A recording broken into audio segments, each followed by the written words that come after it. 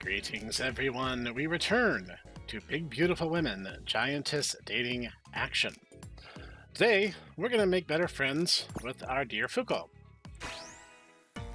Back in the club room again. Fuko somehow managed to make a supercomputer by bundling a bunch of game consoles together. I guess it's one way of getting there. At least, I think it's a supercomputer. It sounds more like a bomb. It certainly generates enough heat to be considered one. Damn near burned my finger touching it. If it wasn't for the collection of fans lining the walls, this room would be a microwave. It's been quite some time since the club has started, and Fuko and I are still the only members. Hey, Fuko. Fuko's furiously shifting through a few dozen tabs. She's checking dictionaries of various languages while editing some kind of text document and having a game open at the same time. The game looks older than the two of us combined. I've tried various things to get her attention, but it's no use. She's in the zone, I get that. Almost nothing can distract her when she gets into the zone. Yeah, there we go. I'll have to resort to the nuclear option. I stand up, walk up to Fuko's belly. No, belly is too simple. It's too large, too soft, and far too unwieldy. What lies before me is nothing short of a wall. No, a mountain of pale pudginess. I rest my hand on it and feel my fingers sink in. It's soft and plush to touch. My palm runs up and down her tummy, but she doesn't seem to budge at all. Are you trying to tickle her? I crack my fingers and start belting out a wicked drum solo on Fuko's belly. Each smack makes her own belly ripple and wobble wildly. This movement is beyond intoxicating. I'm being hypnotized by her flap. Down now, ya! Hand check, young man! Fuko's pale cheeks start to grow flush as her owl gaze stands on the end like a little antenna.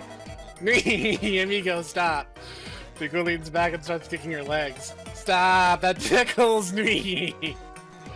The more I play with her belly, the more I'm drawn into it. The soft, supple space in her rolls looks so loving, so inviting. My body starts to climb on its own towards her. Why does this sound like the big girl H. Dojin version of that one Junji Ito story? It's like, it's my hole! It was made for me! My feet sink ankle deep into her belly as I continue battering with slaps and tickles. I want to do so much, my body is paralyzed by choice. The rest of the world drowns out as the only things I can see are Fuko's tummy, and the only thing I can hear is her dorky, adorable laughter. Amigo. Fuko starts wheezing like a seal, but she's smiling. Oh god, it hurts to laugh. Fuko starts to lean forward, and her belly starts to fall onto me. Within seconds, my back is against the table, and bomph. I am buried under Fuko's tummy. No matter how far I reach, no matter how much I push, no matter how much I struggle, I am stuck under her immense weight. Well, I mean, she is a giantess, dude. I don't mind one bit. I can't move, but I've never felt comfort like this before. So, like, this is apparently a thing I've learned in recent years. Especially for people who are like me and on the spectrum. Like, weighted blankets were made specifically for, like, autistic people. Because apparently, like, the weight and comfort of, like, being squished down is apparently very comforting for them.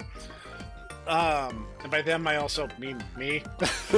Like, I'm not exactly absolving myself of sin here, I'm just saying. I'm not saying I would act like Naoya, but if I found myself in this position, my reaction would probably be something very similar to Naoya's.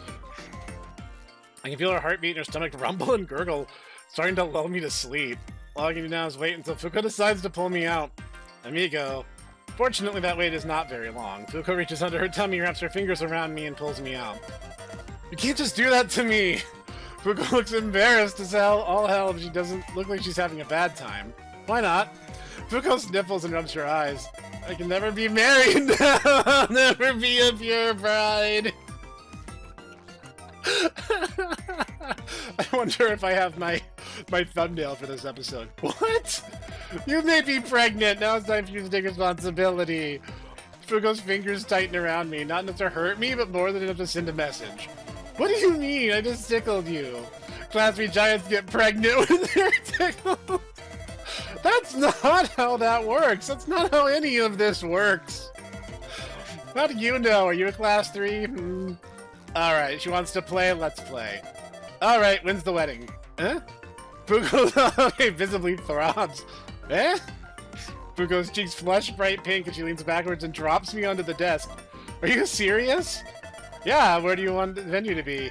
Fuko calms down but can't seem to maintain eye contact with me. Promise not to laugh? Cross my heart. I always wanted to be wed in a Western-style castle, dressed up like a princess, surrounded by loyal knights. Fuko's eyes are sparkling with an uncanny glimmer. She's thought about this for a long time. And then I leave my giant wedding cake in two with a spy under. That is a lady of taste. That's actually really cute.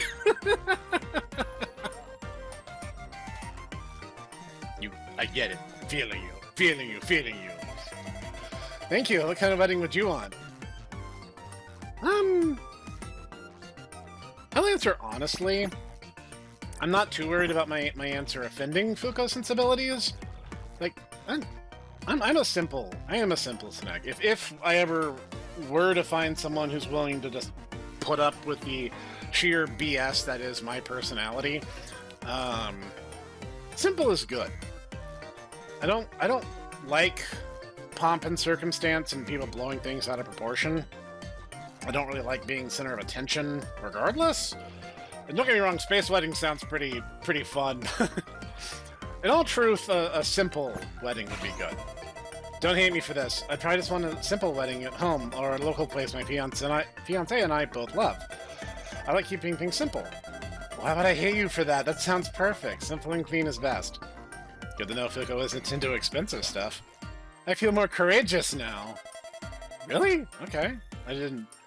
Like, I don't know. I guess, like, that's because, like, that's my honest answer. It's like, am I courageous for saying that? Like, is that... In my entire life, I think I've actually only ever even thought about the prospect of marriage 2, maybe 3 times ever. And it's never happened, by the way. So, like, I don't know, maybe it's because I wanted a simple wedding that it didn't happen. Who knows? Mind if I ask you something now? What's up, bud? I don't mean anything bad by this, but was the club always this empty? Fuko's smile melts away as she shakes her head. No, we used to have about, I want to say, 3 dozen members last year. Whoa, that's a good number. What happened? Did they all graduate? Only 3 or 4, but one of them was the club president and the founder. Half the club members were his friends, so when he stopped showing up, so did they. But what happened to the other half? The other half lost interest. None of those succeeding presidents had a shred of the charisma or organizational skills that the founder did. Still, shouldn't their love of retro stuff keep them coming back? Fuko's lips curled into a small, melancholy smile. Yeah, but keeping a club dedicated to a niche hobby fun and engaging is hard. Plus, this is a hard hobby to get into nowadays. Ain't that the truth? Really, isn't it as easy as downloading some ROMs? Well, I mean, yes, but... Fuko's small smile grows larger. That's the issue. Barely anybody's willing to download ROMs anymore. Also, ROM is an acronym. It should be capitalized. The other 2 ladies spend 20 minutes learning how, or they're afraid to fill a computer with viruses. Ditaku, I know you're not here right now, dude, but she's talking about you. Heck, I even uploaded a super easy-to-follow guide on our club's website, detailing everything from how to find BIOS to how emulation works. By the way, emulation is a moral good, and anyone who argues otherwise is literally just doing the meme about, leave the big corporation alone. I cannot save you from your own incompetency. Like, emulation is a moral good, as is preserving of the games themselves. And if people fight the preservation of the game, then yeah, they should be considered an enemy. So... Does the school know about that? Nope, and they don't have to. Fuko's prideful grin disappears as quickly as it emerged. But even if emulation was super easy, old games would still be niche. I guess that's true to some extent. New shiny games are always coming out with quality of life features that make some older games, Fuko makes super exaggerated air quotes, unplayable by today's standards. Okay, I have opinions on this. Like, okay, here's the thing. I grew up in that era of older, awkward, kind of clumsy games. I get it. I actually see both sides of the argument on this one, because on the one hand, it's like, yeah, I get it. Like, AAA games today are, like, streamlined too much. It's way too dumbed down. And their idea of, like, game hours is basically just putting you in a giant open world with no real sense of direction and nothing in it. So you basically you're doing the same thing as a linear experience, because it just takes longer because your character has to catch their breath every 20 paces, and everything is miles and miles apart. So they're like, oh, look how big our game is. It's going to take you 100 hours to finish it. It's like, yeah, it's 100 hours to actually finish it, but it's like 80 hours of walking and 20 hours of gameplay. Whereas a shorter, linear, catered experience would have been much more intuitive. But at the same time, there's some things I am not nostalgic for certain things, okay? Like, I know right now it's kind of like among indie games to go for that, like, Game Boy Color aesthetic. I never really loved that. Like, that was the graphical style that they did because they had no other choice. Embracing it now feels like a big step in the wrong direction. And, like, I don't like tank controls. I never, unless I am playing as a tank, I do not like tank controls. And like, I know, like, for the older generation, like, nostalgias. Yeah, nostalgia is a cancer on the soul of society, and the sooner you kill it and see the forest or the trees, the happier you'll be. Certain things died for good reason. The dual stick standard exists for excellent reasons. But at the same time, I also see the other way around. Like I said, like, I get it. Like, I'm not sitting on the fence. I'm just able to see. I'm able to see both sides, and for good reason, because I've played both. So, like, I get it. In all fairness, some old game jank is genuinely unfun and slows the game to a crawl. Yes, thank you, Naoya. You do understand. Yeah, like what? Mandatory grinding. Oh yeah, that's part of what made Dragon Quest, like, just so unfun for me. Like, I played, I want to say Dragon Quest 4, and, like, you have to grind, because you will just not progress, because there's no mechanics to engage with. It's like, I had the best armor, I had the best weapons, I had the best team loadout, or the team loadout that game gives you. You don't get to pick your team till the game's almost over. So, like, the mandatory grind, where you're just wasting hundreds of hours trying to get the first sword in a Dragon Quest game, is a big part of why I just don't like Dragon Quest games. And, like, I heard that, like, in later games, they got better, but Dragon Quest is still the same game at its core. In many ways, it's actually kind of fascinating, because Dragon Quest has stayed truer to its roots than Final Fantasy has. So, like, at the same time, it's like, I also think, like, mechanically, Dragon Quest is more consistent, which is why, like, I can make a whole list of, like, oh, these are the good Final Fantasy games, and these are the bad ones, and here's why. Whereas Dragon Quest, it's like, yeah, it's pretty much like you played one, you played them all. You pretty much know what you're getting. It wasn't necessary to add link to those games. If someone beat an RPG in 1 week, word would get out saying that RPG is a ripoff. That was a hardware limitation. It's why NES games were hard as balls. It was like, because I forget if it was I want to say it was Nintendo who tried to sue for game rentals, and they were trying to argue that game rentals should be illegal. And thankfully they lost that one. But yeah, like, they would have to adopt this, like, buy the player's guide mentality, because otherwise they would just have the game beaten in the weekend rental, and they're like, oh, well, it's really short. Well, of course it's really short. They have, like, 8 kilobytes of space to work with. It's like, of course they're short. It's like the chip on an NES cartridge is super, super tiny.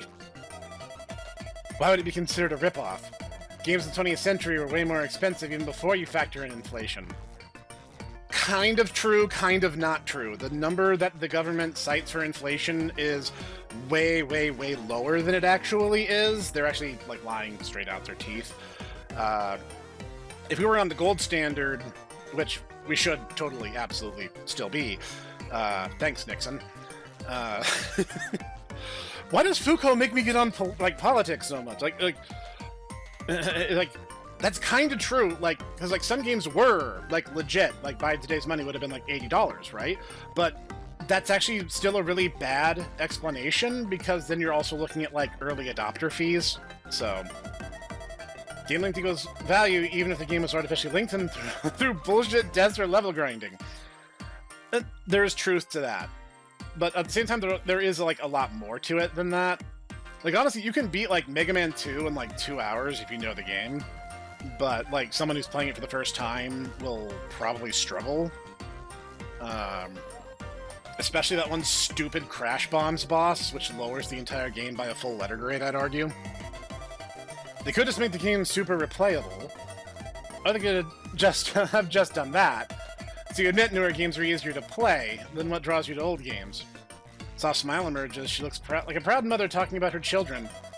Kind of feel like I'm an archaeologist digging up artifacts that time forgot. Sometimes you feel an old rogue composed by Ryu Uemoto. I totally get the appeal. It makes you feel like you're learning a secret that only a select few know. Other times you find lolly dismemberment dungeon games made in the early 1980s. It freaks me out a little bit that you're making that face while talking about that right now, Fuko. Do I need to have like a witness present? Am I in danger by interacting with you one-on-one? Just asking. Fuko doesn't say anything else. She doesn't need to. Her glasses tell me everything. How many of those are there? As of now, 8. That's way too many! Fuko laughs. Yeah, but all of them were made by a 2-person team. You can at least admire the work ethic and output of small studios. Yeah, but I'm still... Even if it's an indie project, I'm 100% well within my right to call them sick degens. You know, that's true then as of now. Feel my heart sink into my stomach. What do you mean they were all made by 2 men? Fuko raises her finger. Women, actually? You're joking, right? Nope, some of the most degenerate things in my collection written by women. That's 100% true, actually. You would be amazed just how many, like, weird games, characters, manga, and then, you know, the usual lot on X/Twitter or get their panties in a bunch, like, oh my god, evil, and it's like, yeah, it was written by a lady.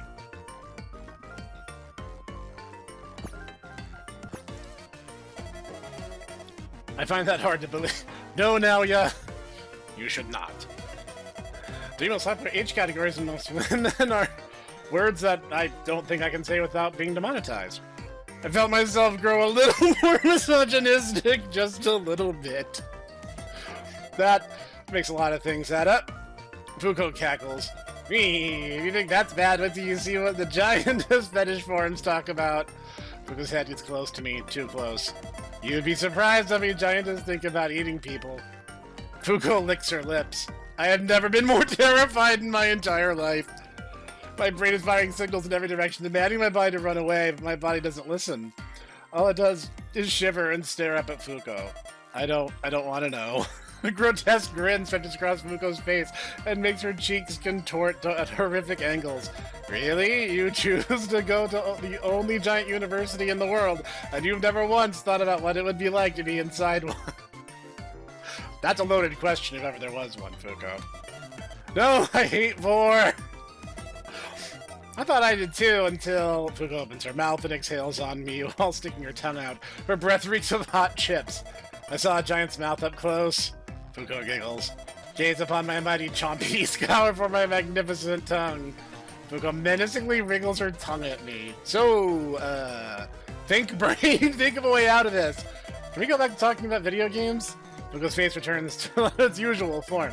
Heck yeah, amigo, sorry if I spooked you there. Why you gotta make it weird, Fuko? Why you gotta make it weird? Fuko leans back into her chair and moves her head away from me. Are games your favorite medium? Fuko nods. Abso-freaking-lutely, not even close. Why? They're objectively the best medium for allowing both creator and consumer expression. You can just do things in games that you can't do in any other medium. All true. Got any examples? There's a visual novel trilogy made by Spike Bunsoft called Kamachi no Hi.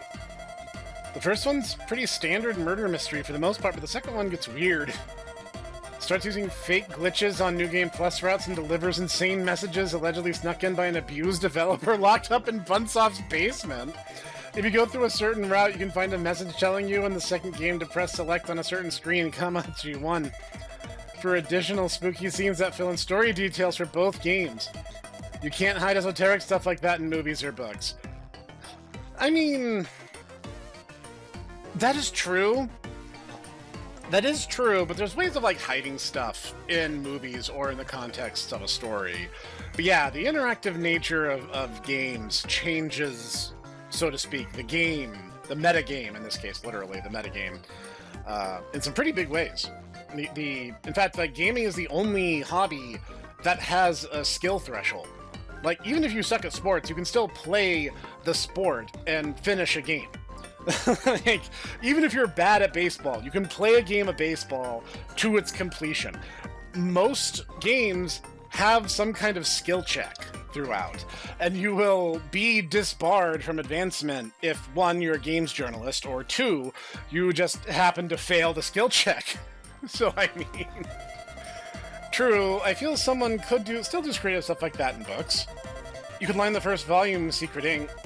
Then in the second volume, you could have the characters start talking about finding clues under black lights or by burning certain pages or dripping other pages in water. Now, funny enough, games also kind of tend to do those better anyway. Stuff hidden in the first book's pages would clue the reader into stuff in Volume 2 or later installments. Foucault opens a new text document and starts typing rapidly. You might be onto something good here. Mind if I use that for something down the line? Not at all, go for it. The only downside to that is, like, you would really have to collab with your publisher, and if the publisher wasn't willing to invest that, then it just wouldn't happen. But it's an interesting idea if something could do that, you know?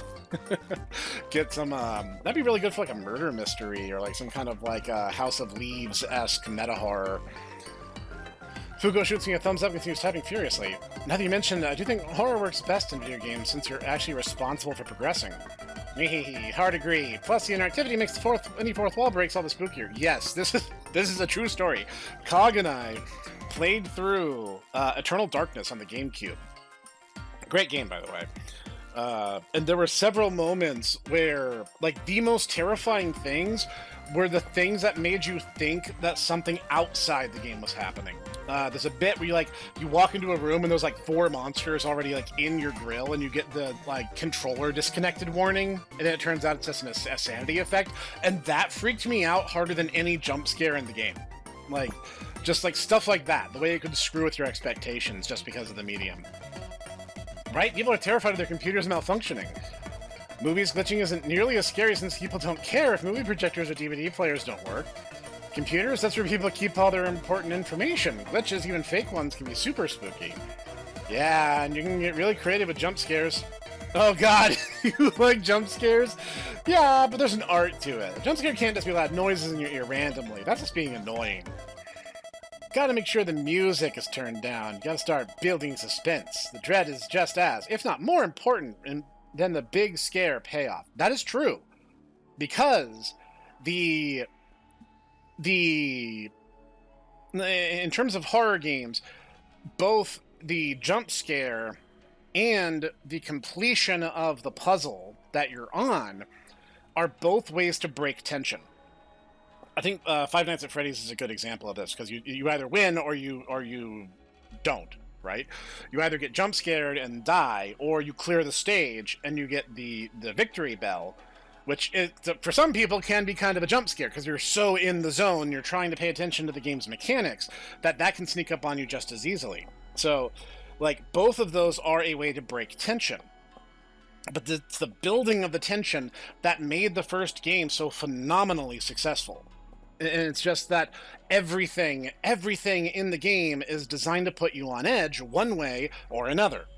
And so you're either currently mitigating a threat, or you're currently being hounded by one. So, like, it's exactly what Foucault says. Like, if you do it just randomly, it's just kind of dumb and annoying. But if you have the right atmosphere, if you have the right tension, another one that had me really good on the tension was when I first played Amanda the Adventurer. Is like the ambiance in that attic is thick enough to cut with a knife, and it actually had me on edge, knowing full well that it wasn't going to do anything with it. And that's when you know you have a great horror atmosphere. How do you build suspense?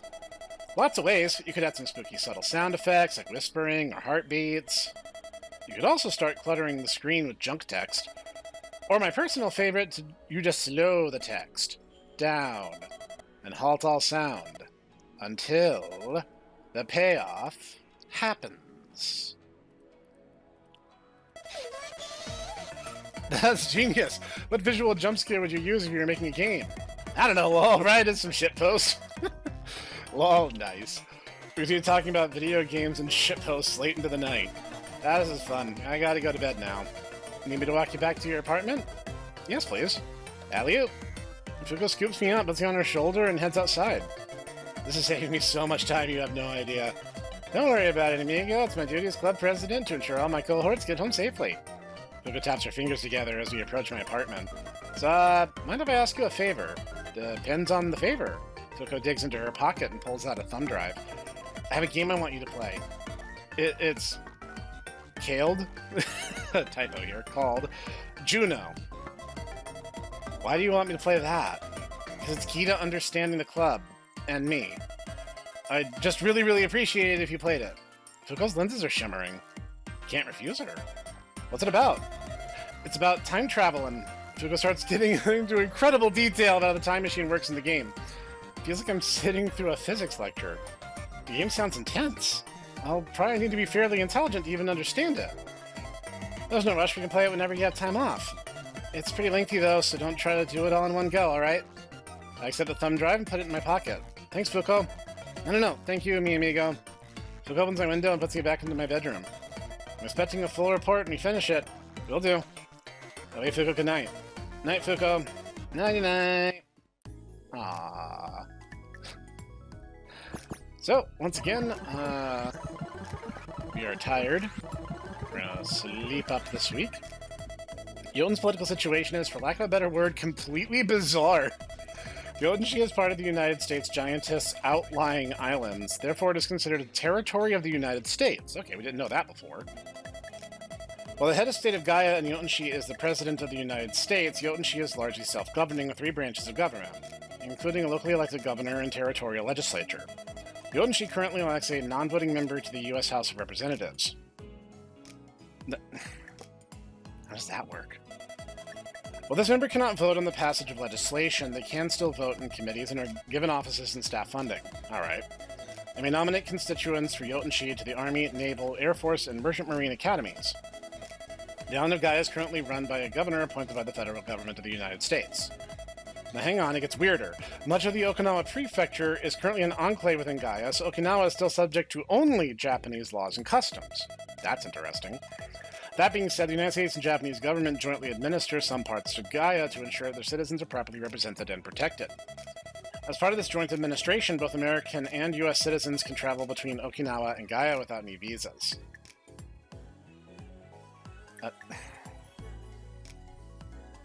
Do you mean American and Japanese citizens? Because the way it's phrased here is a little odd. I have to reach out to John Raccoon and ask about that. Recently, there have been calls by some Jotunshi residents for greater or less political autonomy. Some are calling for Gaia to become the 51st American state. Some are calling for Gaia to be incorporated into Japan. Some are calling for outright independence. Polls taken this year indicate that 57% of residents prefer the status quo, 21% desire statehood, 14% seek incorporation in Japan, and 8% want independence. In the same poll taken last year, only 2% wanted independence. Anyone have any opinions? The rest looks around the room for a moment before looking at me. Old reliable Jacket-kun. What do you think is best for Jotun? I have opinions. I have opinions on this.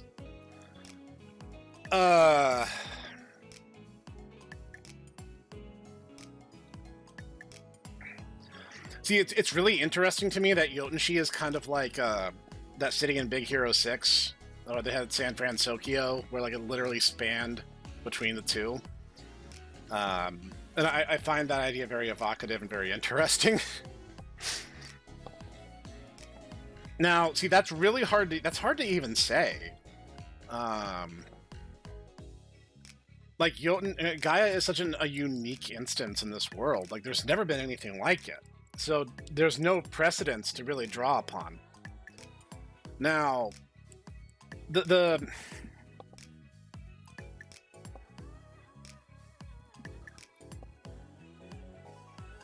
I could see upsides and downsides to literally every single one of these. So it's really hard to come up with a concrete answer, especially because this game's set a bit into the future. So what is the status quo for them is in all likelihood quite a bit different than what the status quo is today. So it's like, that's really interesting. So, first of all, the United States and Japan are allies. They're allied nations, and have been for a long, long time. In this setting, even more so. So, I don't really think, like, Gaia's day-to-day way of life would fundamentally change, being fully incorporated into one or the other. I think the thing that would make that awkward is if Gaia became the 51st state, for the sake of argument, then that could endanger the autonomy of Okinawa, which is apparently incorporated into it. Then you have, like, a country within a country problem, which is not the first time this has happened historically. Stuff like this happens, but you would basically just have, like, an island of Japan in the middle of what would otherwise be considered an American state. But the reverse problem also happens. Like, if Gaia has any kind of landmass connection to, like, the North American plate, then you run into the reverse happening, where you would just have Japan wrapped around a U.S. state.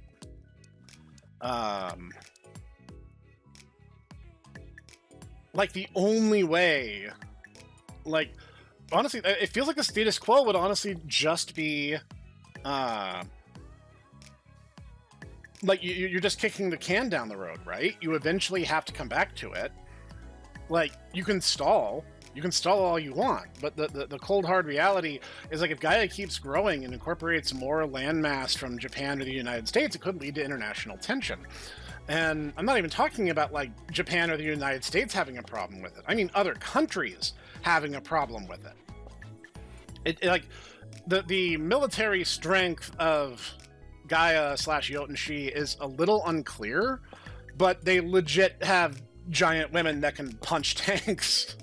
So, like, other countries, especially the really militarized ones, are really gonna start having issue with what's going on.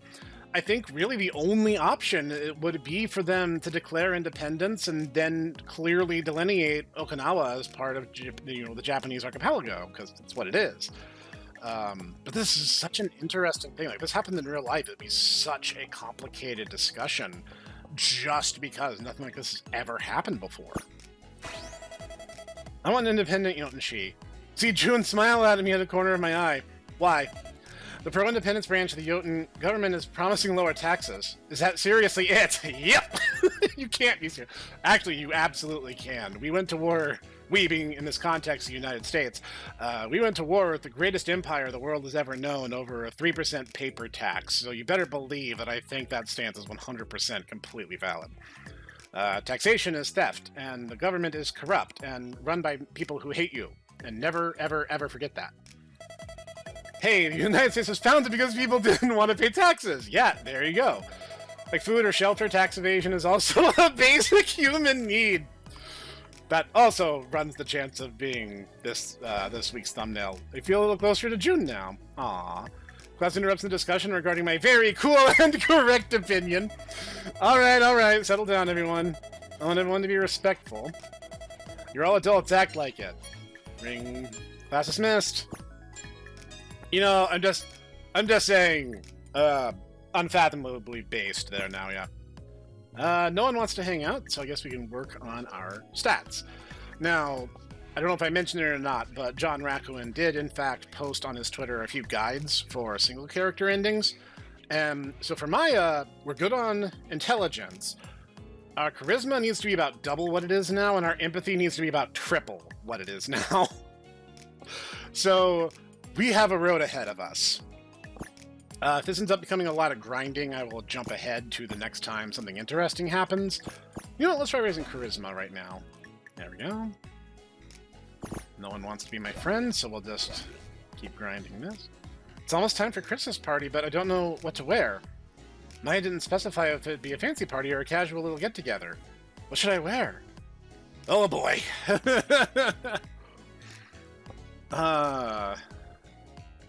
Oh, 24/12, right, that would be Christmas Eve. No one wants to work on Christmas Eve. I think keeping it simple is the best way, because, like, who's going to dress up? It's a holiday, right? Like, who cares? Of course, there's an equal chance the game dev is trolling me right now, and keeping it simple means everyone else was dressed up, and, you know, being fancy means everyone else was keeping it simple. I know some people would argue the opposite of my logic, but, like, it's a holiday, everyone's there to have some fun, it's a party. Keep it simple. Let's keep it simple. No point going overboard. Don't want to show off. Polo and jeans should do the trick. Maybe slacks, but let's see. Nice jeans, nice jeans. Stare at the 3 pairs of jeans in my closet. One of them still has a price tag on. Which one did my mom say was the nice pair again? The dark blue or the really dark blue ones? I typically don't go out too many nice places. The nice jeans shouldn't be the ones that I haven't worn yet. Or are those the ones too nice? Maybe I should just go with the medium nice ones. Maybe the nice ones feel nicer. Let's see. Huh. Yeah, these are pretty snazzy. I should start wearing these instead. They're light and smooth. Very breathable. Probably shouldn't work at you using them. Okay, now for the polos. All my polos have price tags. I sit through polo after polo after polo. I don't recognize a single one of these. Wait a sec. What happened to all the ones I had from high school? Mom didn't throw them out, did she? Why would she? It's not like I grew up at all past my freshman year. Finally reach into my closet and find a little sticky note and a nice gray polo that still has the price tag on. Check the note and it reads, Dear Naoya, I hope you don't mind, your clothes were getting a little ratty. I bought you a new wardrobe. I don't want my son looking like a rat in front of his new friends. Call me more often. Love you. Make good choices. Mom. The note's dated from October. When did she do this? How did she do this? Does she have a key to my apartment? Did she buy an apartment unit in this complex? No, she wouldn't have. She couldn't have. That being said, this is a pretty nice polo. Put it on and it fits perfectly. Looks great, too. Thanks, Mom. I'll put it on the jeans and head over to the door to put my shoes on. I'll find a new pair of running shoes in place of my old shoes. I swear I can hear footsteps running down the hallway. I'm sure that could be anybody's. Regardless, I put the shoes on. They're a little tight like all new shoes, but feel great and look great.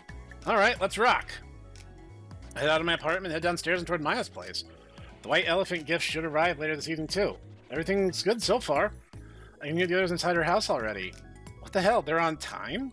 I check my phone. Forget on time. They're early. What sorcery did Maya pull to achieve that? After 5 minutes of hiking up Maya's stairs, I finally reach her door and ring the bell. Shh. Someone ring the doorbell. I ring the door again. I'll get it. Maya undoes a variety of locks and opens the door. What are those locks even for? Kaijus? Tax collectors? With Maya, it could be either and it could be both. Naoya! Hiya! Maya's scoozing up and hugs against her chest. I can smell the booze on her already. She's far from drunk, but she's definitely had a drink or two. So happy you could make it. Maya slams the door shut, locks it up, and takes me to her living room. Behold, I bring you Naoya. Sup? Nobody else is dressed any different. For once, I'm the nicest one in the room. Feels foreign, but I don't hate it. Nobody seems to notice I'm dressed any different, though. Hey, amigo, did you get a haircut? Yep, sure did. I knew it. Now I know how it feels. Oi, Pipsqueak. Jun's sheer volume makes me wince. Yeah, you look nice tonight. Thank you. I'll remember this compliment for the rest of my life. That's because guys don't get compliments. I'm just saying. Feel a little closer to Fuko and Jun now. What's on the menu? Catering by Yugiri Ramen. Yu winks. I look over to a table on the side of the room and see every kind of bar food you can think of. Karaage, edamame, potato wedges, pretzel sticks, yakitori, tempura. There's even Nagashi Somen Station set up. It's like a freaking water park! And that's just half the table! The desserts were provided by yours truly. The other half looks like a bake sale. Donuts, cake, pie, cookies. I feel like I gained 5 kilos just by looking at it. Bring me over there, I need some snacks. With pleasure. Maya swoops me over to the table, gives me a tiny plate, and plucks off crumbs for me. Thanks for helping me move around here. There's no need for thanks. You're my guest. I know, it just must be annoying having to move me everywhere. I don't mind at all. Really? Yeah, it's actually kind of cute. Oh yeah, totally. What? How? I think a bite out of some banana cream pie. Sweet, yet mild. If I had a stomach for this, I'd eat this forever. I don't know, it's just cute. You're like a little mascot. Thanks. My chest feels warm. So what's on the docket for tonight? Karaoke. Karaoke. Karaoke. Everyone else in the room yells karaoke. Maya and Yu head over to the TV. Yu sits down next to Fuko and puts me on the coffee table. Maya brings out a massive karaoke console out of the closet and starts hooking it up to the TV. The console looks old, ancient even. But how could that be? Any giant models could only be 5 years old at most. Either Maya used it that much, or all the models look the same regardless of size. Those seem pretty plausible. Before long, the karaoke command screen comes on. Now, what kind of song should we sing first? Shima, Uta, Pop, something that doesn't require a lot of singing. I don't know what Shima Uta is! Well,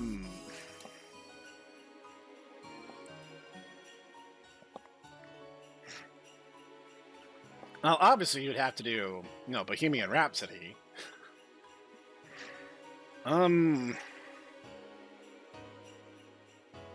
I know Uta is song or a song of. Shima Uta? I don't know what Shima is. You know what? I'm gonna pick it. I got an idea. Maya lays down the table in front of me. To me, it looks less like a tablet and more like a monolith. I start running around the keypad and putting in my song name. What are you gonna sing? It's a secret. After a minute of running and jumping, I finally finish my search and hit enter. A variety of album covers fills the screen. No, that's not it either. Press my foot against the scroll bar and drag it down against the screen. Ifumi's eyes widen when I hit a particular result. The album cover features a scruffy-looking samurai sinking headfirst into water. This one. I press play and the TV starts showing footage of Amami. Boundless blue ocean, grassy green hills. The sorrowful piano starts to play as the camera slowly dips into the water. In search of new lands, I built a new house. By neatly gathering hay to thatch the roof. By neatly gathering hay. The hell is this? I didn't know you liked Inca. I don't know, it sounds like old people music. Then it's Inca. He approaches the microphone and cuts it. Why are you suddenly dressed like a Yakuza character? The stone walls that celebrate the golden house that was built. Her voice is haunting yet angelic. Brimming with life, it commands respect from the entire room. Even June, who was initially dismissive, is now transfixed on Hifumi's voice. August draws near, but I have nothing to wear. I want to dress up, lend me a sleeve. I want to dress the children and those I love. Hifumi's eyes focus on me. With a single kimono I own, I will wear vines that I pick deep within the mountains. The full moon shines, far and wide like the gods, when my lover comes to visit. I wish the clouds would hide it a little. The TV cuts back to the menu and the whole room is silent. I'm close to Hifumi. Really, really close. I'm bathing in her warmth and breath. It sounded like our voices became one. Fugo claps slowly, but her claps didn't pick up in pace. Woo! 10 out of 10!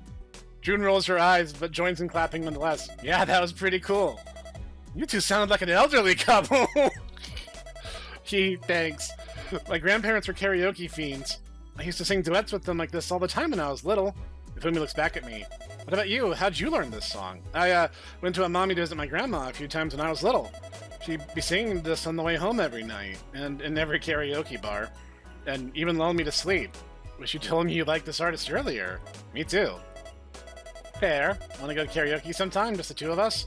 Hell yeah. Boy, love birds, quit hogging the mic, I wanna go. Whoopsie. Ifumi hands the mic over to Fuko and sits down on the sofa between Jun and Yuyu. Sorry about that. Don't worry about it. I feel closer to Ifumi now. Aww. We continue singing karaoke for the next 2 hours. Well, the girls sang karaoke. I mostly cheered on and snacked. It's weird. This is far from the first time I've done karaoke with others, but I actually feel cozy this time. I'm not sweating buckets, nor do I feel like I'm obligated to be here. Feels like I belong here. Alright. Yuyu claps her hands and teeters side to side. How about we give our throats a rest? What? Why? I was just about to sing my favorite song. I just got a noise complaint from 11 different tenants. We'll have to keep it down. Worry not. Yuyu takes out another swig of beer. We got other games to play. What kind of games? Drinking games! Yuyu beats her concave chest like a gorilla. Are you sure that's a good idea? You seem pretty drunk already. I wouldn't worry too much. Sis can hold her liquor like nobody's business.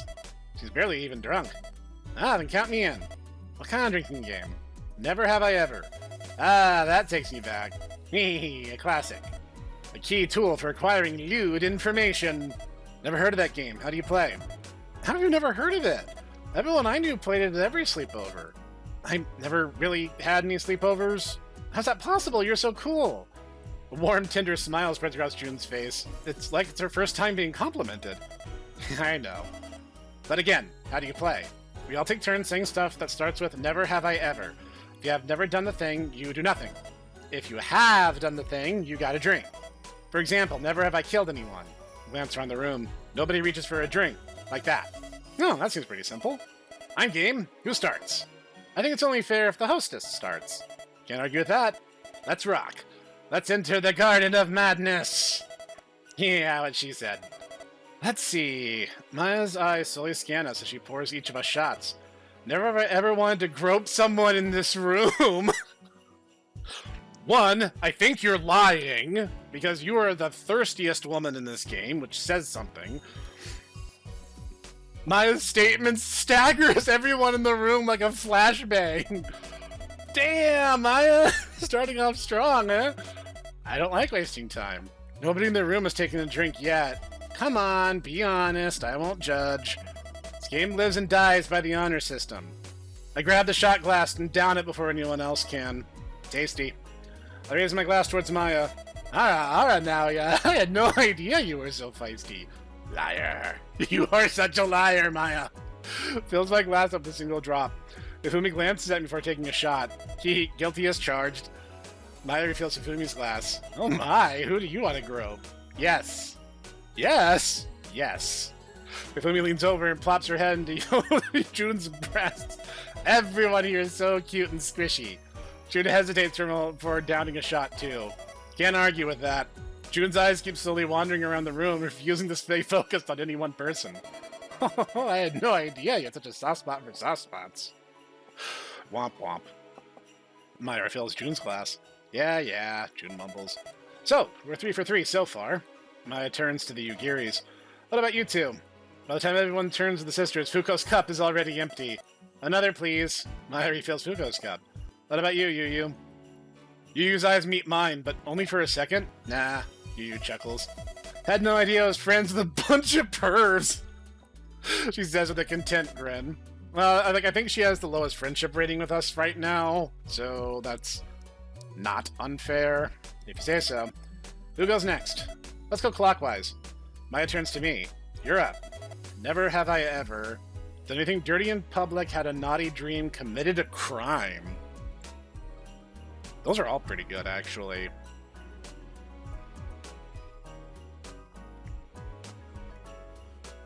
I've never committed a crime. I'm going to invoke Fifth Amendment protections on that middle one. And I've never done anything dirty in public, so let's do that one. This one should get some interesting results. Done anything dirty in public. Fuko and Maya down their drinks. Nobody else touches theirs. My, Fuko, I had no idea you were so brave. What did you do? I played H games on my laptop in my high school library. Fuko, good lord, woman. What? Did you ever get caught? Nah, nobody wanted to sit next to me, so I was free to play whatever I wanted in peace. What did you even play?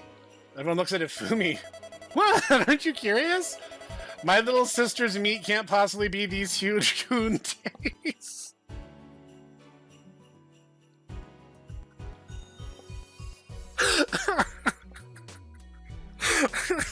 Just when I thought this game couldn't shock me, it shocks me. That's also a contender for a screenshot of the episode. Tentacle school that time I got reincarnated as a doll. My god. Cowgirl prison and barbarian breeders. Just to name a few. Good to know. Couldn't you just wait to play those at home? Could have, but it was more fun seeing what I could get away with. What about you, Miss P? What debauchery did you get up to? Did any shenanigans happen in the gym storage rooms at your high schools? No idea. Yep. Yes, indeed. All the time. Oh, yeah. That's where I spent most of my lunches. The room erupts into cheers and laughter. How many guys?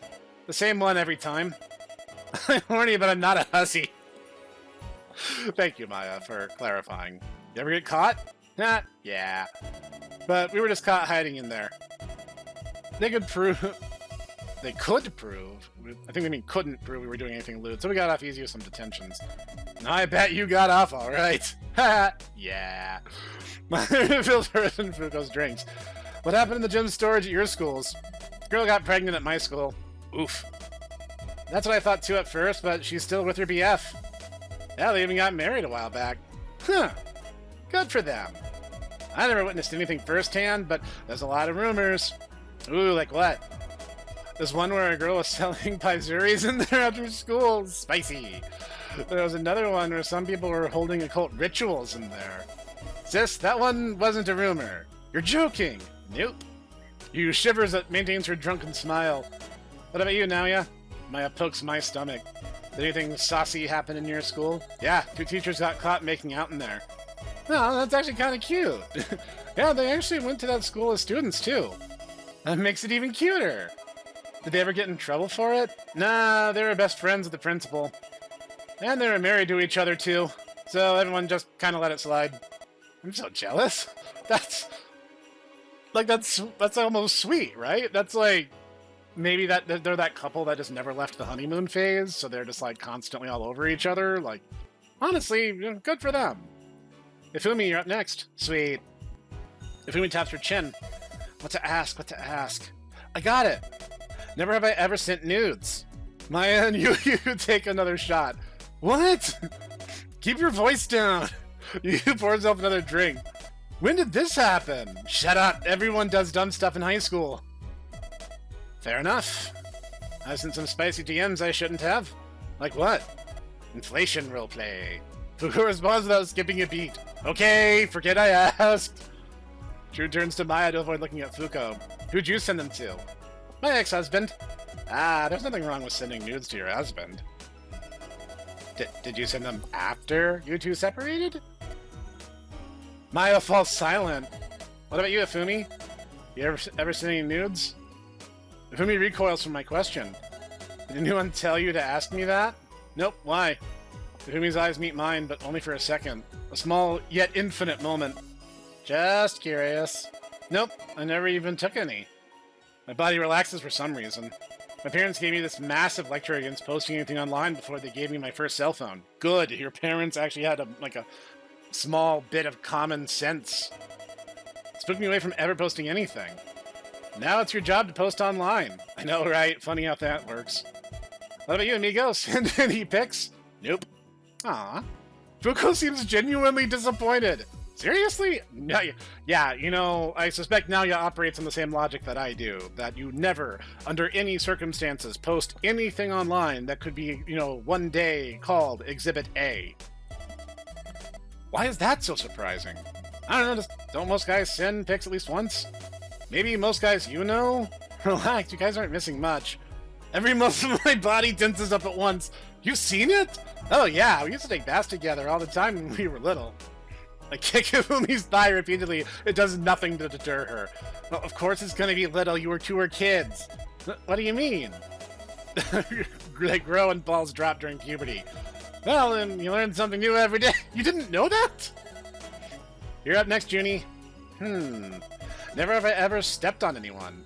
Everyone takes a shot, including me. I was expecting all of you to take a shot. Well, accidents happen. Yeah, I've stepped on a customer once or twice. If you never seem angry about it, June turns to me. How did you step on anyone? Fumi and I used to step on each other's backs in middle school. It's a surprisingly good massage method. Oh yeah, I get those all the time. Those are good. Alright, Fuko, you're up. Sugo thinks Maya fills everyone's glasses. I got it. Never have I ever got a love letter. Everyone takes a shot except June and Fuko. Gotta be kidding! Fuko pats June's shoulder. Worry not, fellow femcel. We will get our time in the sun someday. I swear it. Fuko turns to me. But I'm really curious about your love letter, amigo. What were yours like? This is the part of the story where Naoya and I diverge. You see, you must understand. I understand that today, what you see is this devilishly handsome yellow fella with a red pompadour and beautiful masculine glasses. Now, it might surprise you to learn this, but I'm actually hideously ugly. I am like a 2 out of 10. I am like goblins look at me and they get scared and they run away. So like, yeah, let's just say I was not high on the priority list. So no, never have I received one. All eyes are on me. Mine were eccentric. Ooh, mine. Amigo was popular. First one I got was written in blood. What? What did it say? Everyone looks very alarmed. It said, I love you more than I love my own flesh. Good lord. Like, okay, so, Snek story time. And everyone just kind of winced probably at that, but like, okay, I've dated a goodly bit in my life. I'm an old man, so don't make the mistakes I made. Learn. There was one instance where I ended up establishing communications with this lady who was mercifully for me out of state. And it started with a work thing. And then it became this kind of a casual, like, chatting, like, hey, yeah, like, let's just talk, and you know, talking's great. And within, like, 3 phone calls, she hits me with, I want to be your girl. And I'm like, we've never met. I know nothing about you. And she had the emotional wherewithal of a toddler. So, like, the smallest thing would cause her to freak out and start screaming and carrying on. So, yeah, suffice it to say, I blocked that number. Now, I've never gotten flesh-carving letters or bloodletting letters. That is straight-up horror movie stuff. Please take my blood, do whatever you like with it. All of me belongs to you, my body, my blood, my heart, even my mind. That's kind of hot, not gonna lie. Did you ever end up meeting this psychopath? Yeah, she told me to meet her in the gym storage closet. Oh no! Why would you go with her? Because I was a teenage boy who was being offered free titties. Who wouldn't accept that? He has a point. Continue with your story. So I get there, and she just throws herself on top of me immediately, straddling me, biting my neck, pinning my hands to the ground. Hell yeah! Fuko! She started crying and muttering things like, I'm so glad you came, I can't wait to grow old with you, and you'll make such a great father. Ha! What'd you do after that? I just left. Rolled out from under her, pried herself off me, and got out of there. You're afraid of commitment too? I didn't even know her name! Of course I'm not gonna commit to that! June keeps cackling. How'd you take that? She jumped off the school roof the next day. Sorry. Don't be. She recovered and changed schools. What about the other notes? Were they written in bodily fluids too? Thankfully not. The second one was from a friend that told me to meet her behind school. When I met her, she just apologized, snatched a note from me, and ran away. When I asked her about it the next day, she acted like nothing happened. Then she started avoiding me altogether. Even blocked me. No idea why. What's this girl's name? Why? I want to talk with her. That won't be necessary. I just want to talk. Yeah, Fumi, I can tell by your expression that you're not thinking about squashing her like a bug at all. How weird. What do you think happened with her? Maybe she slipped the note into the wrong locker. Nope, that letter was addressed to me specifically. Maybe she just wasn't ready. Yeah, maybe. I shrugged. Were there any more? Yeah, there was a third. Good grief, now, yeah, you're a freaking playboy. It was pretty normal looking, nothing set off any alarms. I had the meeting with her go. I never ended up meeting her. Why? I was a little wary of love letters by then. Rightfully so. Fair, I wouldn't have gone either. Really? Nadia, that could have been your wife by now. If she was serious about me, she would have confessed to my face. I shrugged and took another shot. Damn right. Humi just pats my head. Sorry you went through that. Don't be. If it makes a funny story, it's a net positive. Still ever the optimist. Humi smiles down at me. What about you? What were your love letters like? I didn't read all of them. How could you not? I would have killed for a love letter. I got at least a dozen every day. I simply didn't have time to read them all. Holy crap! Girl's a shoujo protagonist! Wouldn't that have caused problems? Yeah, did any of the guys ever stalk you? Yeah, but they would get beaten up by another stalker. Who would then get beaten up by another stalker. Who would then get beaten up by another stalker. An infinite feedback loop of white knights!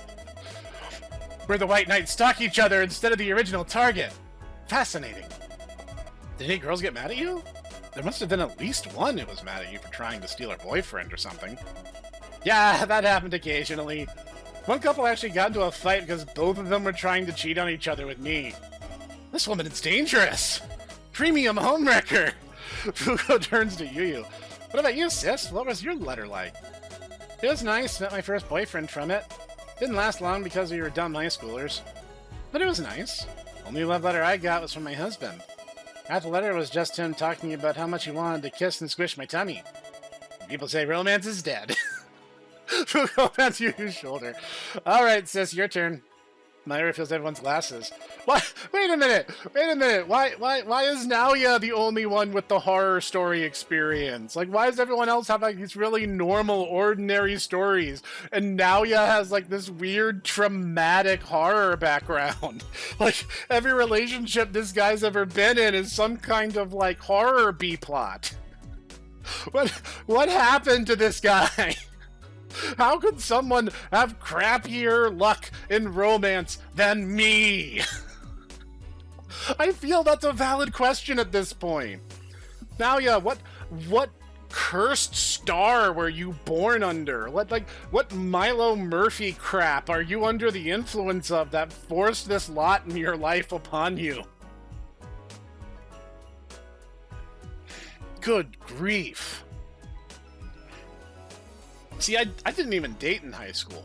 I tried asking a few girls out, but I was awkward and stupid and autistic, so that didn't go anywhere, obviously. And, like, I didn't really date in any meaningful sense until I was in college. So, yeah, I don't have any of those high school rom-com stories. But I got my share of horror stories. I'm kind of more akin to Naoya than the girls here. Yu's lips curl into a devious grin.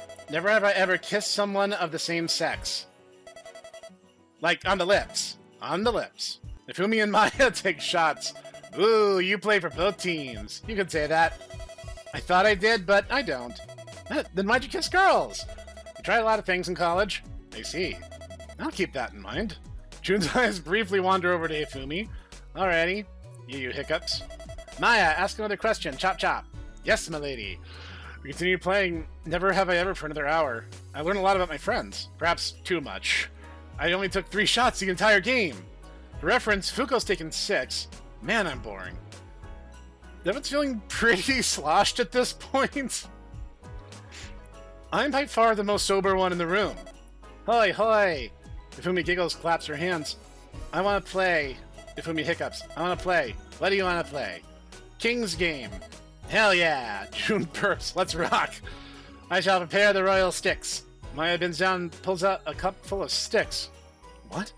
Both the cup and the sticks look handcrafted. One stick reads King at the end while the rest are numbered 1 to 5. How often does Maya play King's Game? What is King's Game? Maya grabs the sticks and shuffles them around before offering them to everyone. I gotta pick one quickly before they're all gone. Oh boy. On to the next save page. Leftmost, rightmost, or center? Let's try the rightmost. I'm right-handed, so... Maya, can you give me the rightmost stick? Sure thing, hun. Maya flicks the rightmost stick and rests it beside me. There's a 3 written on it. Everyone else picks up their sticks. Alrighty, what... Me, I'm the king! Rutro! What do you mean, Rutro? You'll see. So much power, I can do anything I want. Iridescent drool drips from Fuko's lips. Number 4. My body relaxes. I want you to give number 3 a lap dance. Hell yeah! Maya glances at everyone else's sticks for looking at mine. Oh. Does the parties find this objectionable? Nope. Not at all. How's this gonna work? I'll figure it out. I'll have you know I won several lap dance competitions in college. What places even host those? Maya scoops me off the table, stands up, and puts me where she was once sitting. Ladies and gentlemen, I only regret that I only have but one life to lay down for my country. Good luck. Maya falls backwards and I see my life flash before my eyes. A lot of my memories are with Ifumi growing up. Memories of us swimming, playing dodgeball, playing games during summer. Then there's just a blank gap. I remember nothing from high school. Not a single word. Not a single face. As moonlight as approaches me, memories of Yotenshi flash in my mind. Working at Yuyu's, coding with Fuko, working out with June, eating with Maya. I'll miss it all. The whole world around me disappears and replaced with the warmth and texture of the world's biggest pair of mom jeans. No, I was wrong. I think this is the screenshot for this week's episode. I am powerless before her. That is an understatement, given that I think her thigh is like 800 times your size. I cannot breathe. I cannot see. I cannot think. Yet I have no complaints. I have not a single regret in my entire life. Maya giggles and starts grinding her butt against the sofa with an uncanny dexterity and grace. Okay. So, fun story. Here's a fact, as I've learned, is that big girls who work out can be very strong and weirdly agile for being big.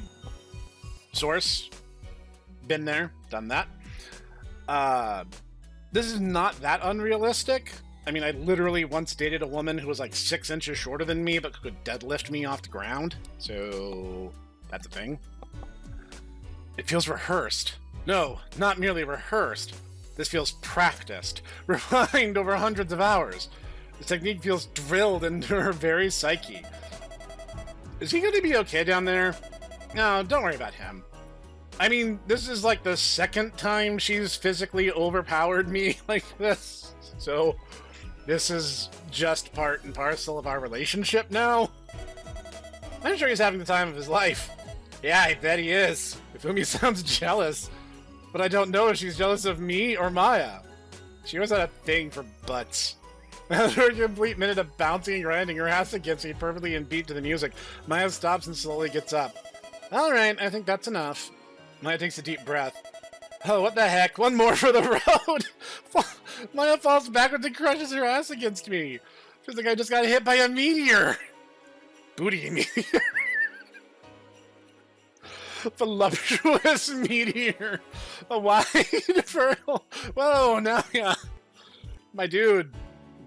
Okay, that's a lie. I would not be calm and collected under these circumstances. Let's be real. A meteor that desires. I'm an hour in. That's safe, right? A meteor that desires to be loved. Thinking of celestial bodies entering Earth's atmosphere. Maya stands upright again. My body braces for a third booty impact, but it never comes. Well, that would have made Ava way the hell more interesting. How was it? I'm drenched in my own sweat. I reek of denim. All I can desire is Maya's booty. But I can breathe again. So, that's nice. A+. I weakly raise my hand and give her a thumbs up. Bakuretsu booty. I'm amazed you're still alive. You're tougher than I gave you credit for. I feel a lot closer to Maya now. Okay, let's move on to the next round.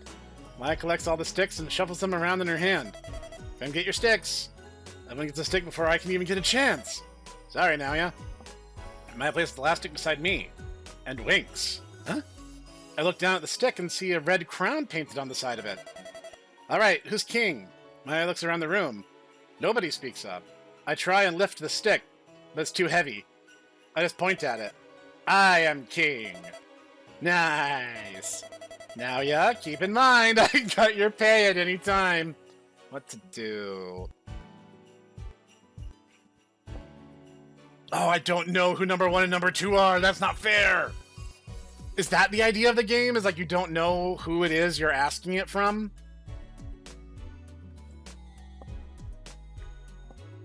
Oh, that's devilish. Okay. Hang on, I have to think. Okay, so I consulted the Tomo Bros for this one, so we decided that we're going to have number 2 be our main. Number 2. Everyone looks relieved. Except June! Well, I guess, you know, she really was meant to be the Ditaku waifu in that case. You must be my maid for 5 minutes. A maid? How? Why? Maids are cute. Amigo's got a point there. The moe of a maid is beyond compare. Okay, do I just make you tea? Serve you cookies? Don't tell me you gotta do your laundry. Being a maid is so much more than service, it's hospitality. What's the difference? Gotta make someone feel at home no matter where they are. Make them feel special. Give them a chance to rest their backs as well as their eyes. Fuko pounds her thighs. Bring on the maid outfit! Bring on the maid outfit! I don't need a stinky outfit. I'll be the strongest maid without it. Nonsense. Uniform is key to a maid's identity.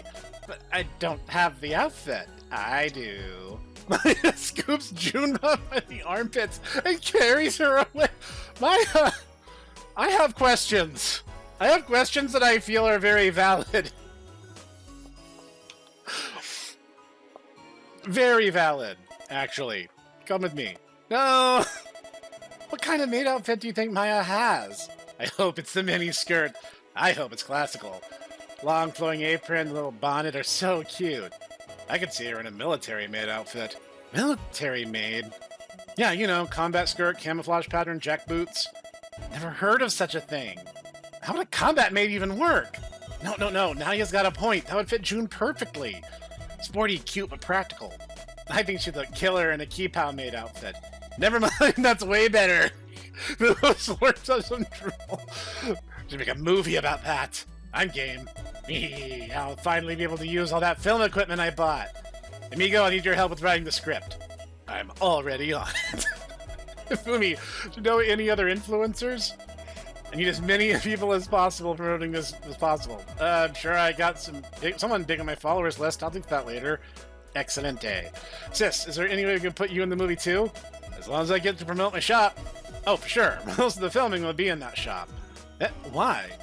It's really hard to find a good place to film for us giant folk. Ah, that's why there are so few giants in films. So, what should the plot of the movie be? Well, June is the eponymous kung fu maid that must defeat a series of evildoers after her boyfriend is kidnapped by a fellow rival student. I like this premise already. Am I the rival? Duh, you gotta be the rival. You're the main draw after all. Then what am I gonna be? You can be the wise master who raised June and Fumi in your ramen dojo. Sweet. What about you? Oh, me, I'm gonna be the jobber. A whatter?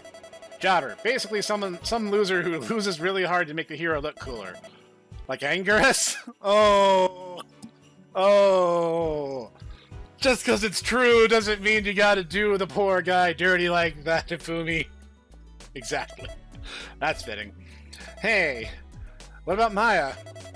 She can be the Mecha Mom, a deadly mom robot designed to nurture people to their doom.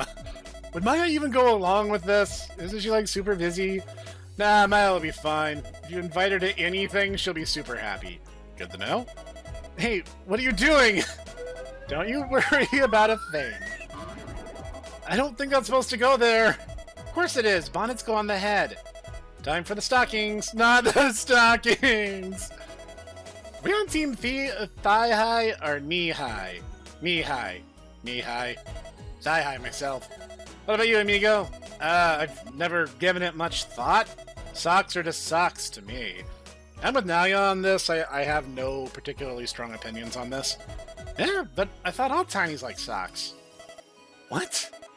Do you not? I mean, I like wearing them, but I don't have a fascination with them. Really? You never wanted to sneak into a giant sock? Why would anyone want to do that? That's 1, gross. 2, smelly. 3, unhygienic. 4, no. 5, painful. No thanks. That smells sometimes good.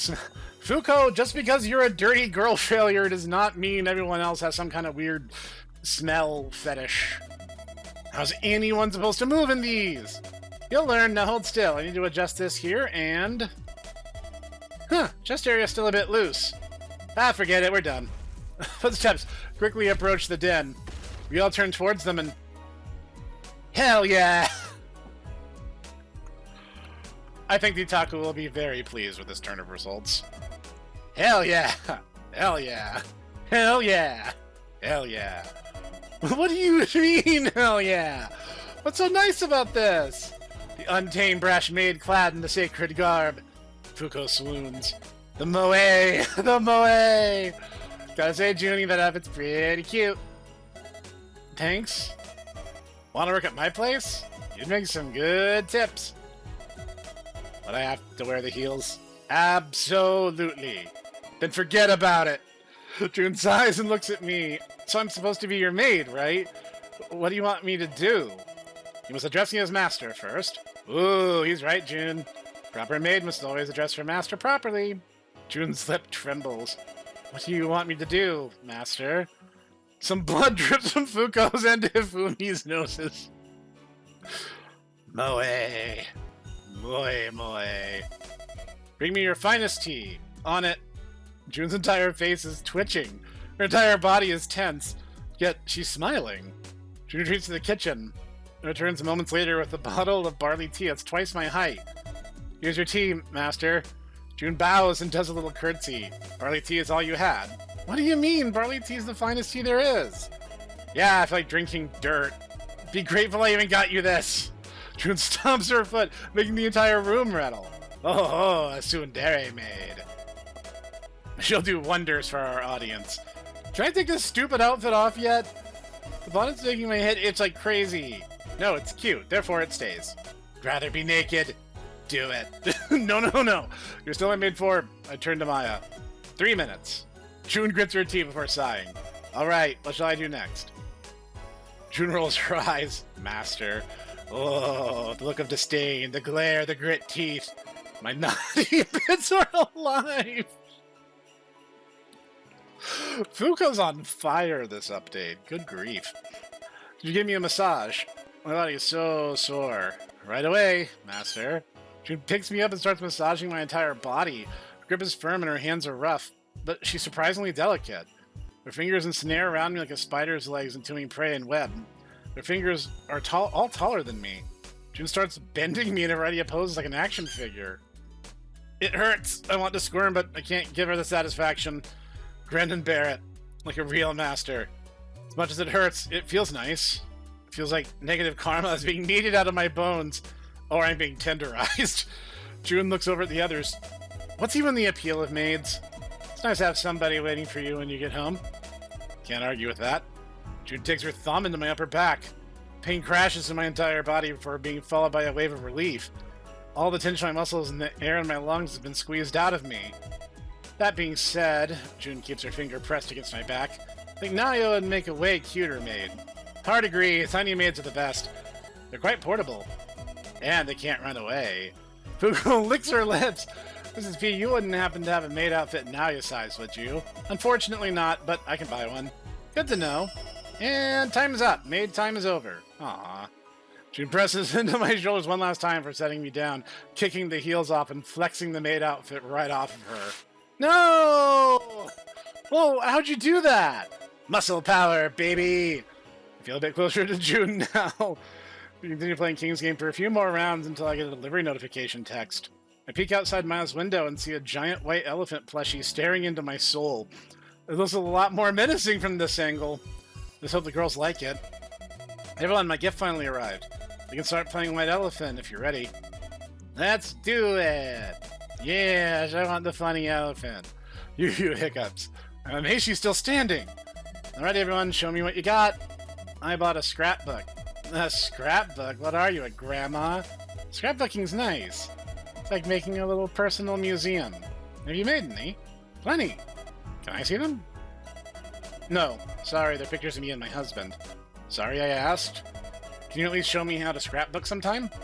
I've been taking a lot of pictures lately, but don't have anywhere to put them yet. I'd love to. What are you even taking pictures of? Mostly my friends and me. Speaking of, Fuko takes a camera out of her shirt. Oi, everyone bunch up. I need to document this. KK. Evan obliges, even June, and takes a photo with us. Mind if I see the photo? Sure thing. Fuko hands Maya the camera. Maya peers into the back of the camera. Is something wrong? Maya forces everyone back into the frame and takes several photos from various angles and with mechanical speed and precision. There you go. Try these. Maya hands the camera back to Fuko. Nani? Fuko looks into the camera. Dios mio, why do yours look so much better? Practice. Years and years of practice. Teach me everything you know, sensei. Fuko hugs Maya's leg and buries her face in her thigh. Please, please, please, please, please. Maya pats the top of Fuko's head. Later, little one. We still have to trade gifts. Oh, right. So, what'd you get, June? Protein powder. Nani? June scoops a comically large tub of powder from behind the sofa and puts it on the coffee table. Several times the size of my apartment. Finest gift around. Good for any occasion and good for anybody. Room goes silent. What did Yu get? Yu reaches into her ponytail and digs out a cleaver with a nice bow on it. It's a cleaver to her. For me, it's a monolith. You could cut my apartment in half with it. Ooh, that looks so pretty. Mighty fine weapon. This has gone full yandere. What about you, sis? Please tell me you remembered to buy something. Yu places the knife on the coffee table. Of course I remembered. Fuko reaches into her shirt and proudly places a cubic pastel box on the table. Trapped inside is a posable figurine of a three-headed dragon. Oh my god, Gi-chan! You even got the limited edition one! But of course. What'd you get, Maya? I knit a blanket. Maya gets up, opens a closet, and unfurls a quilt big enough to cover my entire apartment complex. There's 12 squares, each depicting a different month. There's a little schoolhouse for August, a small farm for September, a jack-o'-lantern for October. Looks so cozy. I want to wrap myself up in it and drink some hot cocoa just looking at it. That's totes adorbs! Let's begin. Can we pick out our own presents? Nope. Damn. Who goes first?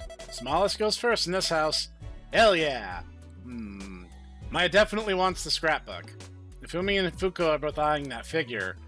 Nobody seems to have any interest in the protein powder. I can't use the knife. I'll take the protein powder. No! You're up, Fuko. I'll take the blankie. Damn. Fuko takes the blanket and wraps it around herself. Me. You're up, Ifumi. He points at the white elephant peeking in through the window. I want the white elephant. You're up, Yu. Yu's eyes trace over the figurine, the scrapbook, and the protein powder. Looks like the figurine, for now. Her eyes glance over at the white elephant. Your turn, June. Maya, let's say if someone else has a gift you want. It's okay to steal it, right? That's the name of the game. We're only doing 3 rotations, so use your steals wisely. Noted. June points to the white elephant plushie. I call dibs on the white elephant. What? No, he's mine! Not anymore! June cackles.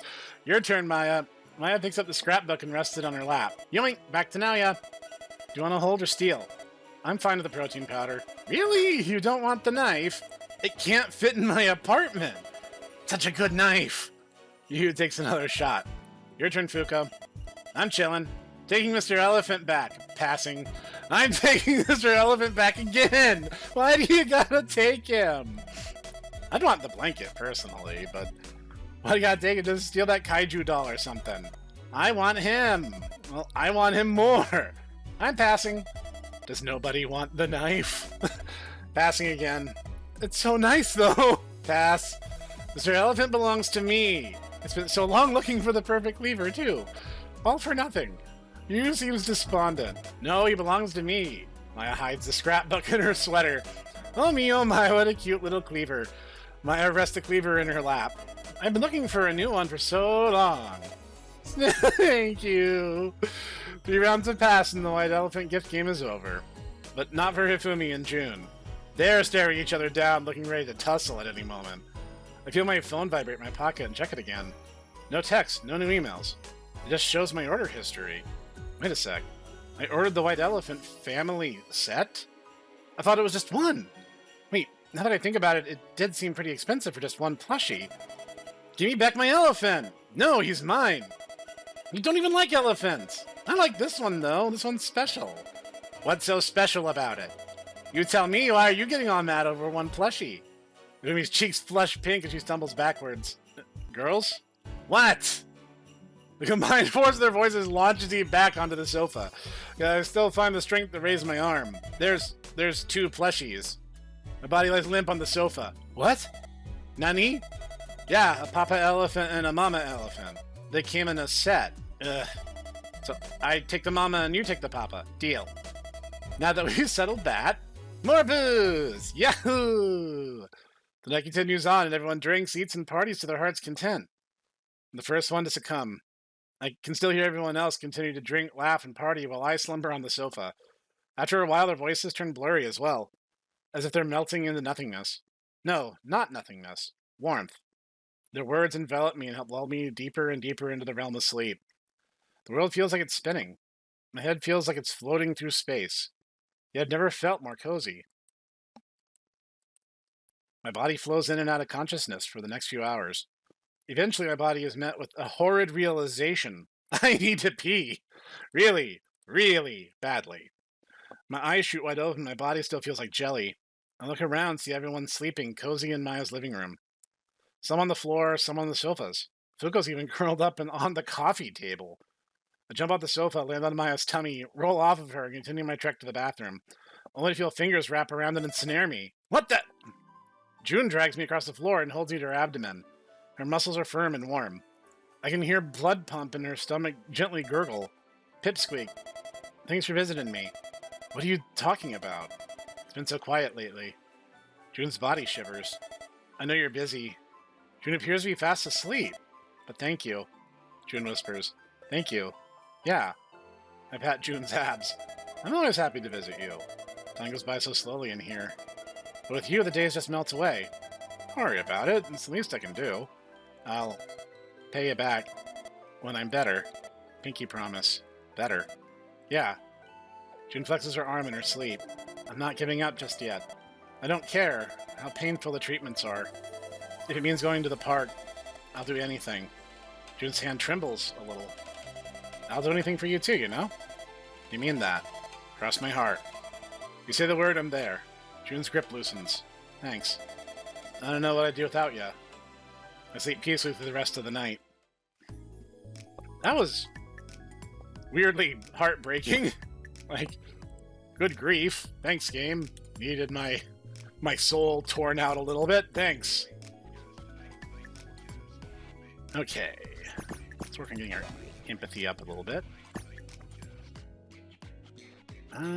Getting into kind of the danger zone. Let's rest this week. Plus, it's New Year's. You know, you deserve to rest on New Year's. I know I'm supposed to raise my affections with Yu if I really want to get somewhere with Maya, but... Yeah.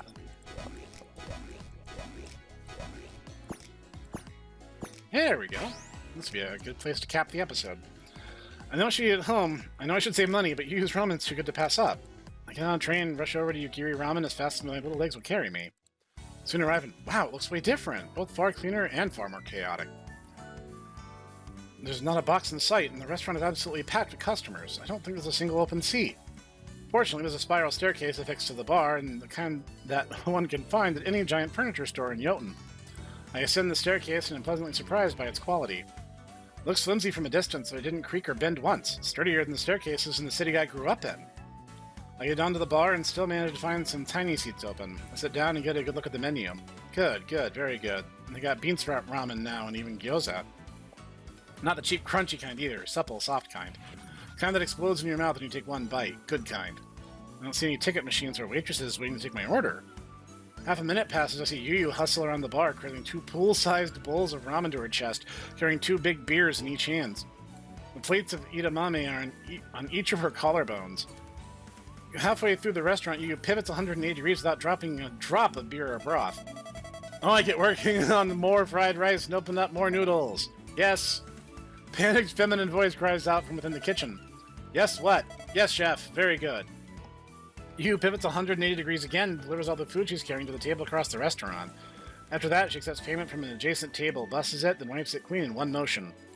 I don't even know how she did that. Her arms moved in a blur and things just happened. She then walks past the table with a giant mother and daughter. The daughter knocks over her ramen bowl, reaching for a drink, but Yu catches it before it can fall off the table. Some still steaming ramen broth gets on her wrist, which doesn't appear phased at all. She's laser focused. The rest of the world could explode right now and she wouldn't notice. Oh my god, I'm so sorry. Are you okay? Don't worry about it. Didn't it get on you? No, sorry. I said don't worry about it. Please continue to enjoy your stay. Yu returns back to the bar, wipes her hand on her apron, and grimaces for half a moment. I can see the muscles around her neck and shoulders tense up as if they're about to burst. I know I'm hungry, but I can't interrupt her. Not like this. I'd be interrupting Hokusai while he's working. Instead, I just turn to the giant students next to me. Hey, mind if I get an edamame? Just one? Sure thing. The customer pinches an edamame pod over to my table and shoots out a fresh, still warm soybean onto it. Thank you.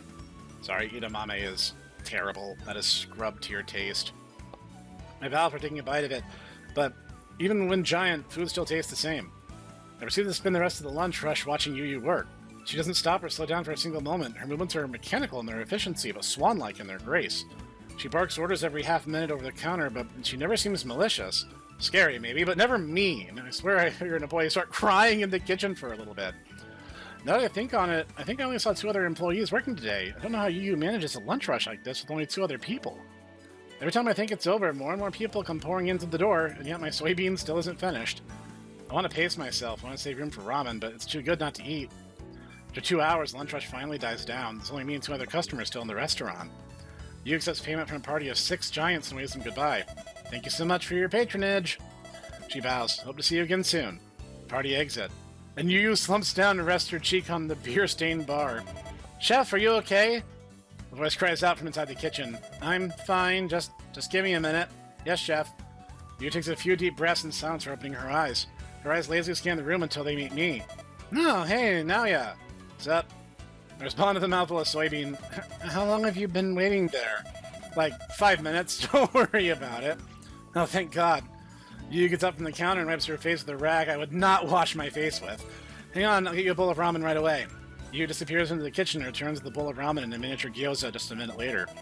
Here you go, one Yu special, made it just the way you like it. Just the way I like it? I look down at my ramen and see noodles sitting in what looks like magma. Red-orange broth bubbled and boiled under my nose. I already have a headache from after getting just one whiff of it. I'm certain some of my eyebrows just got burned off. At least my sinuses are clear now. Putting my hands over the bowls and nothing my skin turned red. I'm feeling more courageous just looking at this. What's wrong? Too spicy for ya? No, of course not. It looks delicious. I break apart some chopsticks. Itadakimasu. I dip my chopsticks into the ramen and try to pull out some noodles, but can't quite seem to. Eat a fork. I pull out my chopsticks and find that half the sticks are just gone. Is that so? Yu removes the bowl of ramen and quickly dumps it in the sink. Please forgive me. I tried a different recipe. Here.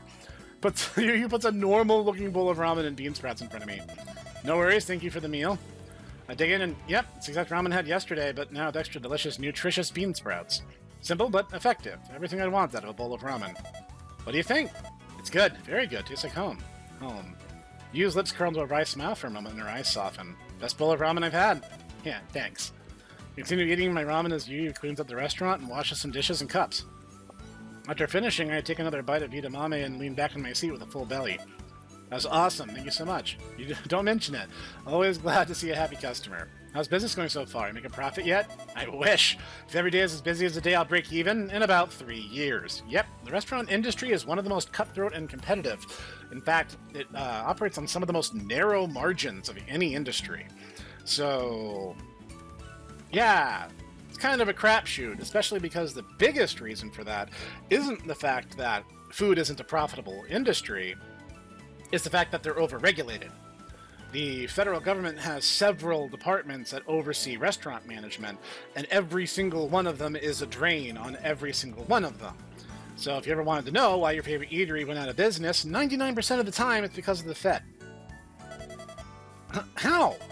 Restaurants have a ton of upfront costs: renovations, licensing, marketing, cash registers, lighting, plumbing, kitchen equipment, uniforms. I look up Yu's smock and notice the same logo from outside plastered front and center on it. Did you design that logo? Yu's face softens into a wry smile. Nah, it's my mom's. Kind of inherited it. It's very cute. Thanks. Yu's face contorts again, like she just aged 10 years. Leasing is easily the worst part. It sucks anywhere, but it's particularly bad here, just given how much bigger everything is. That would make sense. If you were actually leasing by square footage, it would be way more expensive and way harder on a giant. And yet there's nothing they can do about it. They have to have the space because Jotunshi's primary clientele are giants. Like, yeah, you'll have accommodations for little people, but by comparisons, that'll be nothing. But that would still mandate furniture renovation and more overhead. The biggest drains on any industry are overhead and payroll. And yeah, it's kind of a crapshoot. You can't go without either. What makes leasing so bad? The lease owner can just kick you out at any time for any reason here, so if the landowner is particularly petty, I could have to pack up within only a week's notice. Plus, I gotta pay a refundable deposit that can be anything from 3 to 6 months worth. Spots in a good place are super competitive. I had to outbid a nail salon, laundromat, and a pawn shop. Congrats on winning. How much was the deposit? 20 million yen for a dingy little hole in the wall. 20 million? I could do so much with that. Where did you even get 20 million? Are you some kind of heiress? In a manner of speaking, it's all from my parents after they died. My teeth clench, my eyes slam shut, and I feel my skin try to recede under itself. Brilliant negative IQ question now, yeah. Simply marvelous. Sorry. I pat her hand. Don't worry about it. I'm just glad they left me with anything. You smiling, but her smile doesn't reach her eyes. Quick, change topics or you say something stupid again. Do restaurants have any other really bad expenses? Yu's face contorts as if she just remembered an embarrassing childhood memory. Taxes. So many taxes. Yu rubs her temple. The tax code in Jotun's a bit weird since it's got joint sovereignty between the United States and Japan. I have to pay federal income tax to the US for my business profits and my personal income. Then I also have to pay some New Okinawa prefecture-specific consumption and income taxes. Not only that, I have to pay for a stupid license to serve booze, payroll taxes, and probably a bunch of other BS by the end of the year. So, probably talked about this before, but it's worth revisiting. Did you know, in the United States, that prior to World War I, the only taxes in existence were sales tax on the sales of alcohol and tobacco, and we still had roads, schools, fire departments, and police departments fully staffed and functional? Yeah, you're being robbed. Taxation is theft. Wait, payroll tax. What the hell's a payroll tax? That is an excellent question now, yeah? It's a tax I have to pay for the honor of having employees. What? If it exists, the government will find a way to tax it. Yes. Amen, Yu. High five, sister.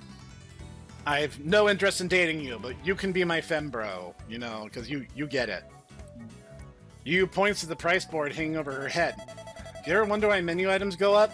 It's either because the government decided to print more money to fund more pet projects, or decided to hike up payroll taxes because they hate small business owners. Based. Absolutely 100% unfathomably correct and true.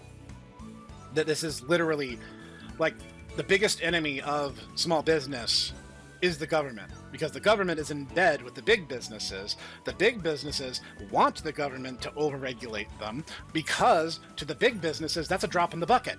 If they pass some stupid regulation, oh, all your products have to have XYZ, features, and it's illegal not to have them, well, they're fine. Yeah, they have to pay money, but it's a drop in the bucket to them. The small businesses are the ones that are going to suffer and ultimately buckle under these expenses. If you want to know why we had lockdowns during, a bad bit of the coof, well, let me break it to you. It was a wealth transfer from the middle class to the upper class, and the ruling elites are still trying to do it a second time. So, yeah, the government hates you, wants you dead and robbed. And if you ever wonder why your favorite restaurant shut down or jacked up their prices, Yu is completely spot on here. 100%. Which tax is the worst? They're all equally awful. Taxes are immoral. I'm growing more fond of you by the day, Yu. I sold you short in the first episode, let's just say. All of them. All of them. The government doesn't own part of my business. The government doesn't have to assume any risk or responsibility for the place's operation. Why should they reap some of the rewards? They haven't spent a day working here. Yeah, it's weird, right? Like, I didn't know the government worked 40% of my shift, but by golly, my paycheck sure does reflect like they do.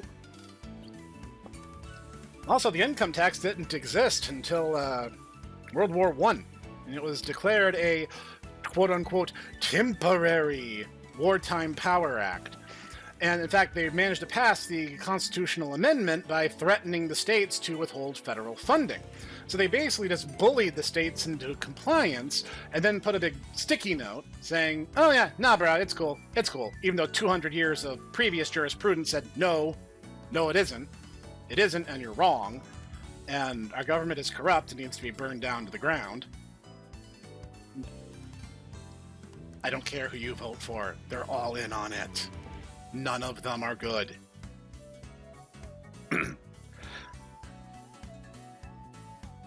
So, yeah, what I'm saying is Yu is really, really spot on here.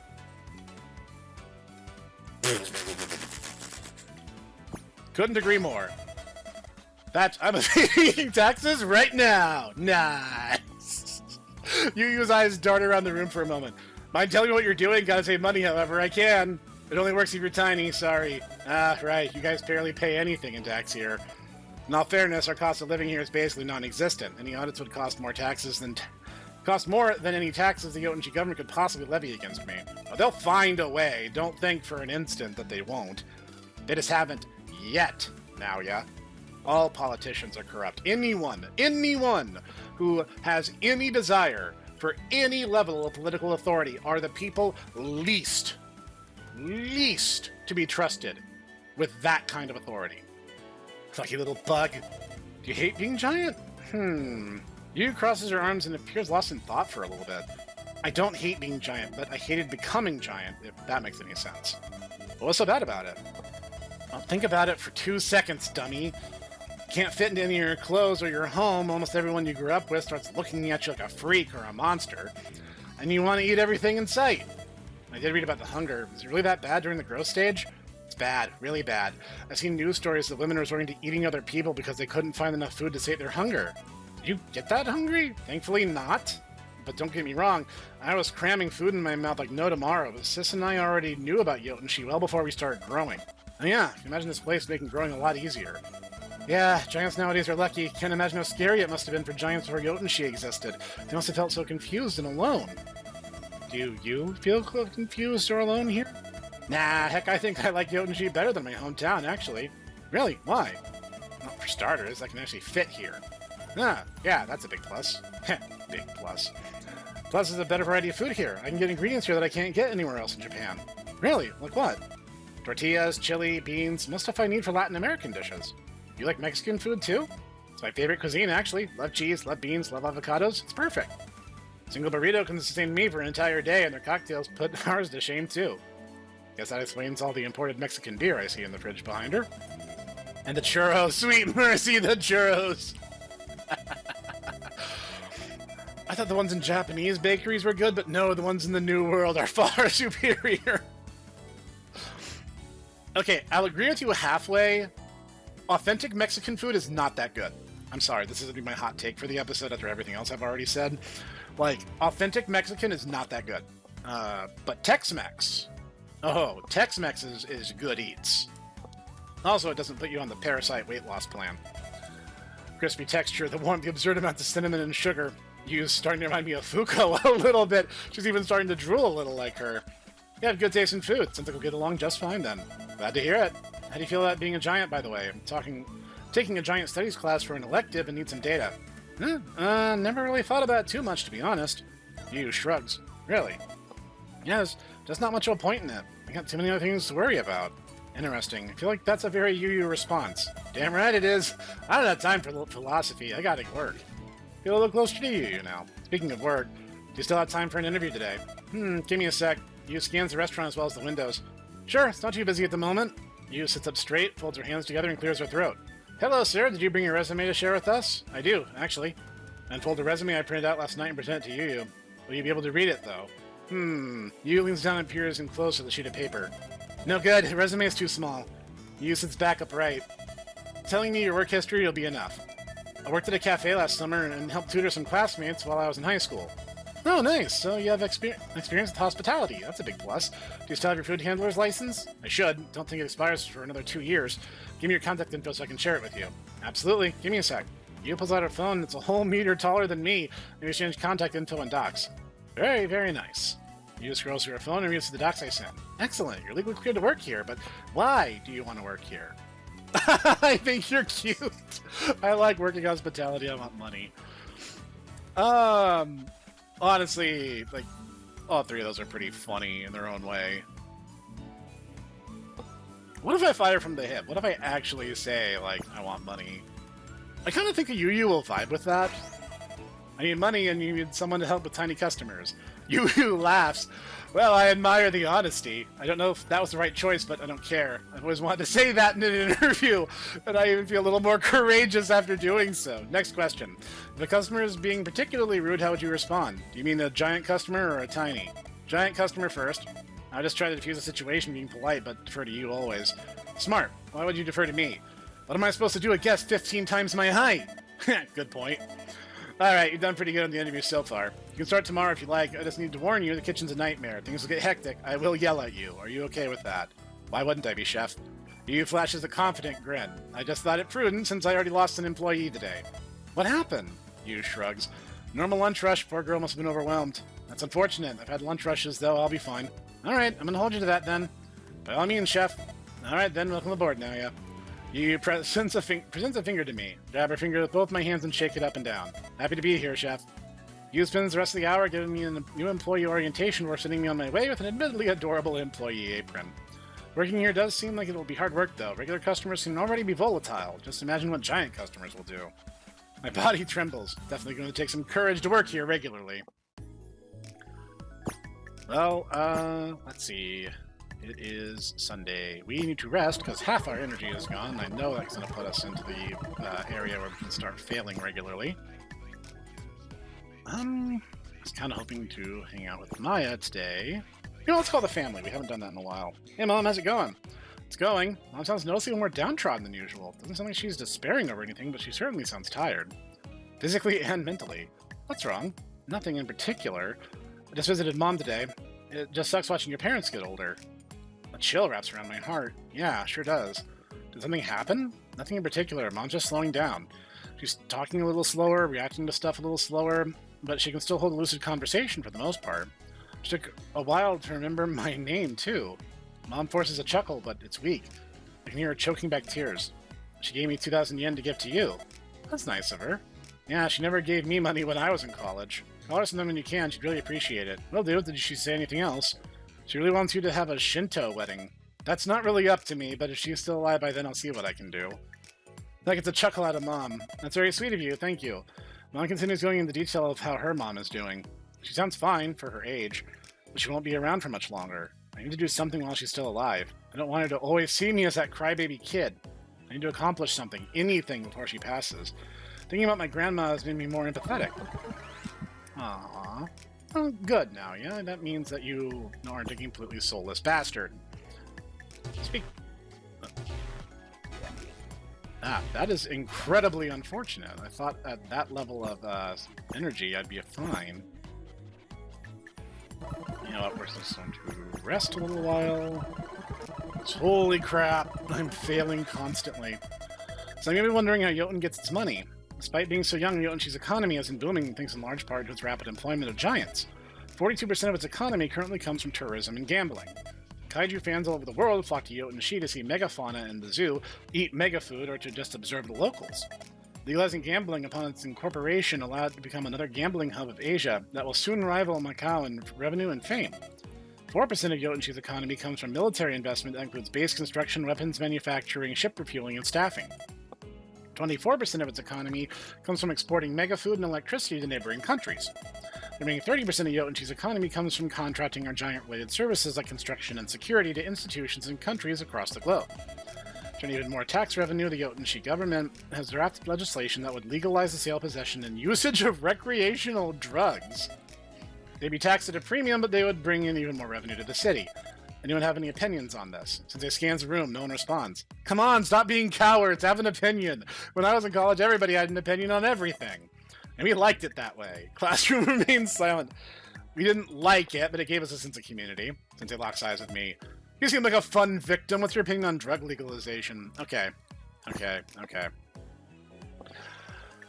I know what I know exactly what the comment section is going to look like for this. It's like, oh, the yellow Snek literally based on the Gadsden Zatter, who's literally just got done saying taxation is theft. Oh, of course he's going to be all for... No. No. Colorado legalized marijuana and ended up within a month having a black tar heroin problem. It's literally a matter of... Even if you were to legalize them and have them processed through the federal government, you still have the black market problem. The drug cartels still exist. And more than that, they're not being addressed because, like I said, we have a corrupt federal government that hates you and wants you dead. In case I haven't driven that point home this episode. You are hated here. So here's the thing. If you legalize drugs, even if you legalized every single drug from, I don't even know that much about drug culture. I've never been in it. But like, even if you did, they'd find something worse. And they would keep pushing and keep pushing to maintain that high profit margin black market. It is too profitable for them not to. Not to mention, a huge part of our drug problem is internally created. The CIA were the ones who spread, I forget if it was crack or heroin, but it was one of those, through several minority communities, deliberately trying to see just what it would do. Have I mentioned that your government hates you? Because they do. Like, it's hard to articulate, but like, legalizing it is a terrible idea, and they're just going to keep escalating it. The actual threat, I don't think, is even the substances themselves, but the context under which they are procured. All of it is mafia. It is cartels. It is these coyotes that are pilfering them across the border. And no one's doing anything about it. That's the actual root of the problem. Do I care for even an instant if someone in their own home and without anyone around, no one in danger, and doing nothing outside the bounds of recklessness, does whatever the hell they want to their body in whatever stupid way? I could not care any less than I do in this instant in time. Knock yourselves up, light up, shoot up, set yourself on fire. I don't care. But the problem is, it never ends there, because one thing always ties back to these cartels, and the cartels always raise the crime, and it's innocent people who are caught in the crossfire. And the whole war on drugs just proved how the federal government appears to be on the side of the drugs. The corruption's outstanding. If there was an award for incompetence, God knows that the federal government would win it every single year, hand over fist. Like... Like, I love the intro bit in 1776 where John Adams is like, 1 useless man is called a disgrace, 2 become a law firm, and 3 or more become a Congress. That's where it is. You know what? Like, should it be policed the way it is? No. Because the way they have it policed is stupid and counterintuitive, but that's exactly what they want, because they want, legal protection to kill you, because, law enforcement is an extension of the federal government that, as I must remind you, wants you dead. So, yeah, here's the thing. Legalizing drugs is going to make things worse, because neither solution actually gets to the root of the problem. But I'm not being asked that question. But in my experience, it only makes things worse. Am I really a prude about weed or whatever? No, I don't really care. I'll never use it myself, but I don't care if someone does. Like, I'm not going to clutch my pearls about this. But honestly, the escalation of threat and the unknown that comes with the fact that the cartels need to keep one-upping themselves is the bigger danger here. Some things are illegal for a reason. Fair point, but allow me to play devil's advocate. Couldn't the government make a lot of money taxing drugs? There's 3 problems with that. 1, I don't want the government to have more money. Based. Also, it's not the government's job to maximize revenue. It's actually to spend its money in a mature and responsible manner, which they haven't done in 250, years.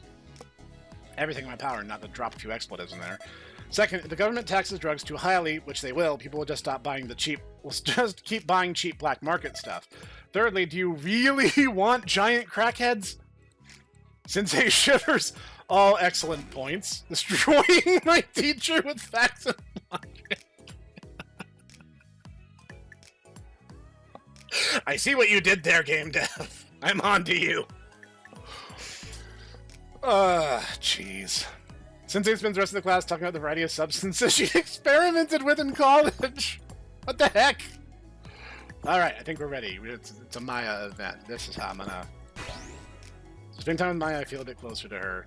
Okay, that's a really cute animation, but I'm disappointed I didn't get any further, so stats probably gotta start going up at this point. Anyway, I'm gonna put a lid on it for now. This is still an outstanding game. I'm having so much fun. I know I'm making very little progress. Like, I think I moved from like December to like February, this update. But like, I get so engrossed in these events and these characters. I love everything about it. So I'm glad you guys are enjoying this as well. Please do that like, comment, subscribe thing if you haven't already. We're going to see this through to the end. I will put a ring on Maya's hand before this is all said and done. This has been the Hipster Snek, and I'm going to see you guys next time.